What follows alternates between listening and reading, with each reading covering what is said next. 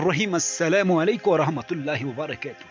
نماز میں دل لگانے کا طریقہ، نماز میں دل لگانے کا طریقہ سامعین و ناظرین، اس کو آپ خود بھی غور سے سنیں اور دیکھیں اور دوسروں تک بھی ضرور پہنچائیں۔ نمبر 1، جب نماز شروع کرو تو زمین کی طرف دیکھو۔ جب نماز شروع کرو تو زمین کی طرف دیکھو۔ فائدہ، مرنے کے بعد ہمیں اس زمین کے اندر جانا ہے۔ نمبر 2، رکوع کرو تو پاؤں کو دیکھو۔ جب رکوع کرو تو پاؤں کو دیکھو۔ فائدہ، ہماری جان پاؤں سے نکلنا شروع ہوگی۔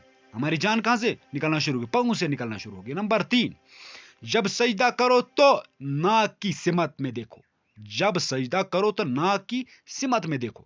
فائدہ، مرنے کے بعد سب سے پہلے ناک ختم ہوگی۔ نمبر 4، اور جب بیٹھ جاؤ تو نظریں جوہلی میں رکھو۔ نمبر 4 کیا ہے؟ اور جب بیٹھ جاؤ تو نظریں جوہلی میں ہونی چاہیے۔ ٹھیک ہے نا؟ اس کا فائدہ کیا ہوگا؟ ہمیں خالی جوہلی دنیا سے جانا ہے۔